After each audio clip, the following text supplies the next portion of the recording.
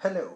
Uh, I have chosen to do my devotional in out of Luke, and it was Luke chapter 9, verses 23 through 27. And before we look at it, I just wanted to give a little bit of background to sort of set the stage for everything that's going on in Luke.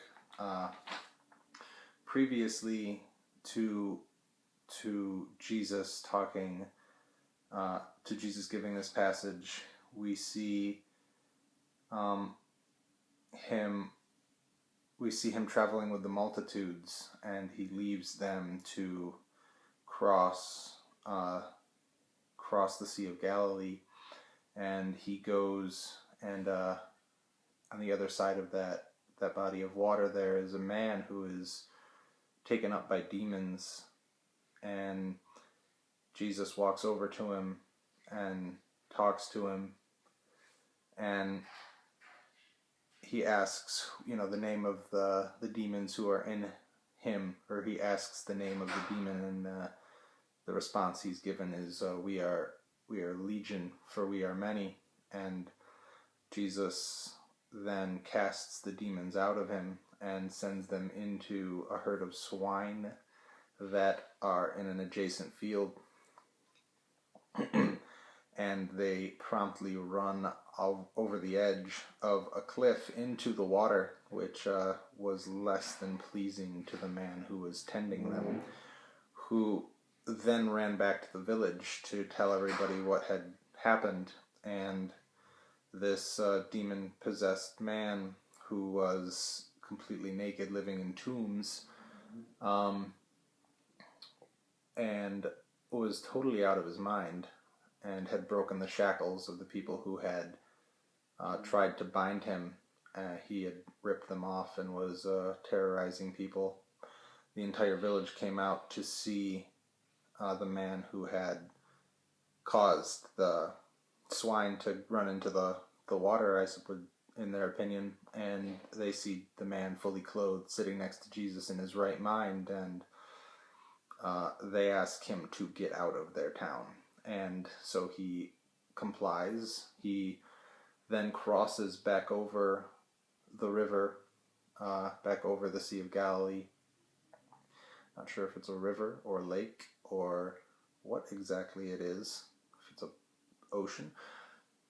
At any rate, he crosses back over it, and the multitudes who were following him around had waited for him, and they're there for him. They're waiting for him, and he stands up and he speaks to them, and then he feeds the 4,000 with a few fish and a few loaves of bread, and he then leaves the multitudes and heads off into a secluded place with his disciples, and he asks his disciples who the world says that he is, and they respond, some say that you're John the Baptist, some say that you're Elijah, some say that you're an Old Testament figure come back to life. And so he then asks his disciples, who do you say that I am? And his disciples respond, actually Peter responds, you are Jesus, the Son of the living King. You are the Messiah. To which Jesus responds, you have spoken justly. And then Jesus begins to tell him how he is going to suffer by the hands of man, and he's going to suffer. He's going to be rejected by the priests and the Pharisees, and he's going to be crucified. And Peter pulls Jesus away and talks to him privately and begins to tell him how these things can't happen. And he says, "Let it not be so." And to which Jesus basically calls him Satan and says, "Get behind me."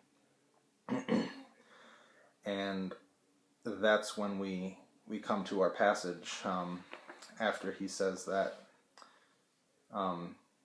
we see, he said to them all, "If any man will come after me, let him deny himself and take up his cross daily and follow me. For whosoever will save his life shall lose it, but whosoever will lose his life for my sake, the same shall save it. For what is a man advantaged if he gain the whole world and lose himself, or be cast away? For whosoever shall be ashamed of me and my words, of him shall the Son of Man be ashamed, when he shall come in his own glory and in his Father's, and of the holy angels. But I tell you of a truth, there be some standing here which shall not taste of death till they see the kingdom of God."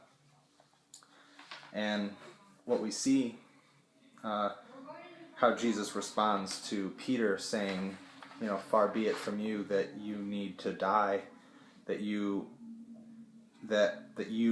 should suffer at the hands of man," because you have to remember that at this time the disciples are still looking for the kingdom of God, which they believe that Jesus is there to establish, and so it's sort of unfathomable for them at this point that he should die. And so Jesus, in all of the things leading up to this, is disclosing who he is, in the feeding of the 4,000, in the exorcism of the demon, even in him giving this little disclosure as to what it truly means to follow him. He's describing himself to the disciples, who at this point have a vague idea of who he is, but they clearly don't fully understand who he is. Otherwise, Peter wouldn't have taken Jesus aside to say, surely you can't die. And in looking at this verse, it's really something that I have carried in the back of my heart for even longer than I've been a Christian. It's I think an extremely important thing for us to grasp, is that so many times we as Christians want to look at all of the blessings, but not necessarily what it means to steward them. I've heard it said that everybody wants the truth and the life, but nobody wants the way. But it is the way that leads to the truth and the life. And Jesus makes that abundantly clear in this little discourse. And what I see in this, and what God has been speaking to me through this, is just a challenge to my own self to continually put myself down, that he can rise up.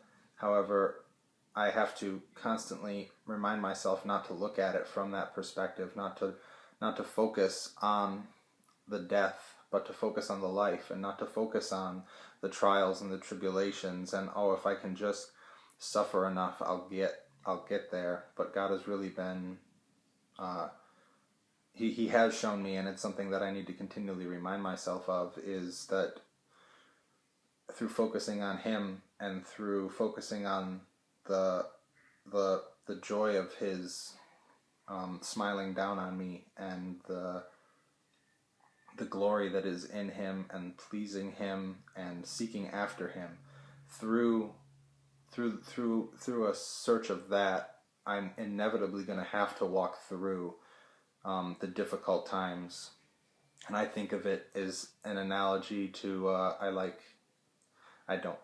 guess I don't like it, but I wish to be in good shape. I like to be active. I don't like to be active, but I like the results of having worked out, and desire to be in good shape, but I don't enjoy the pain of working out, because you're tearing muscles and it hurts and it stinks.